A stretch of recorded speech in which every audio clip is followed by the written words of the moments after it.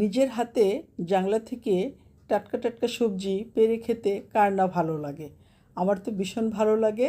তাই তো আজকে আমি এখানে চাল কুমড়ো পাতা নিয়েছি আর চাল কুমড়ো নিয়েছি। দুটো রেসিপি একসাথে আপনাদের কাছে করে দেখাবো। এখানে আমি চাল কুমড়ো পাতার বড়া বানাবো সরিষা বাটা দিয়ে, আর সেই সাথে বানাবো চাল কুমড়ো কেটে সরিষা বাটা দিয়ে কিভাবে ভাজতে হয়। আর এই ভাজা চাল কুমড়োটা খেতে অনেক মজার হয়।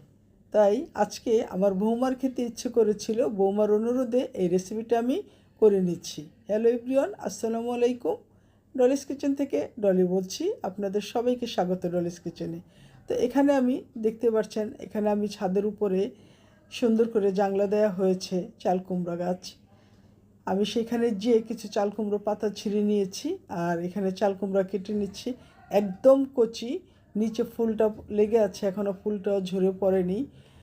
এমন কচি কচি চাল কুমড়া ইলিশ মাছ দিয়ে রান্না করে খেতে কার কাছে না ভালো লাগে। আমার হাজব্যান্ডের তো ভীষণ পছন্দ। ও কচি চাল কুমড়া দুটো পেয়ে অনেক খুশি হয়েছে। আপনারা দেখতেই পাচ্ছেন স্ক্রিনে কতটা খুশি হয়েছে। তো চাল কুমড়ো দুটো পেরে আমি ঢাকায় নিয়ে আসছি, আর একদম কচি ছিল।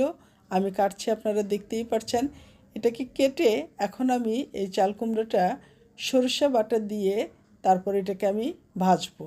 আর এই সরিষা বাটা দিয়ে যদি চাল কুমড়োটা এভাবে ভেজে খেতে পারেন, একবারের জায়গায় আপনি বারবার খেতে চাইবেন ও আঙুল চেটে খেতে ইচ্ছে করবে, এত মজাদার হয়। তো এখানে আমি শিলপাটায় সরষা বেটে নিয়েছিলাম।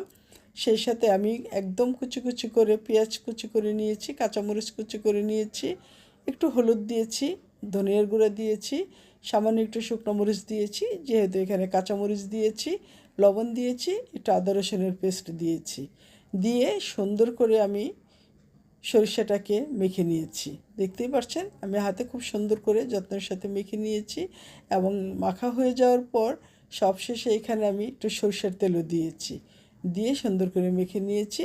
আর এদিকে আমি জালিটা, কচি জালিটা কীভাবে কেটেছি স্ক্রিনে দেখতেই পাচ্ছেন। আমি কিন্তু সামান্য একটু বাজিয়ে রেখেছি, পুরোটা আমি কেটে ফেলিনি। একটু মোটা করে কেটে তারপরে এটার ভিতরে আবার মাঝখান থেকে একটু টুকরো করে নিয়েছি, সাইডে একটু বাজিয়ে রেখেছি, পুরোটা টুকরো করে ফেলিনি। তো এটাকে আমি এইভাবে একটু হলুদের গুঁড়া, মরিচের গুঁড়া আর একটু লবণ দিয়ে সুন্দর করে মেখে নিচ্ছি, যেন মশলাটা এই জালির ভিতরে লেগে যায় আর লবণটাও স্বাদ মতো হয়। তো সব সাইড দিকে এভাবে দিয়ে এখন এখানে আমি যে সরিষাটা মেখে রেখেছিলাম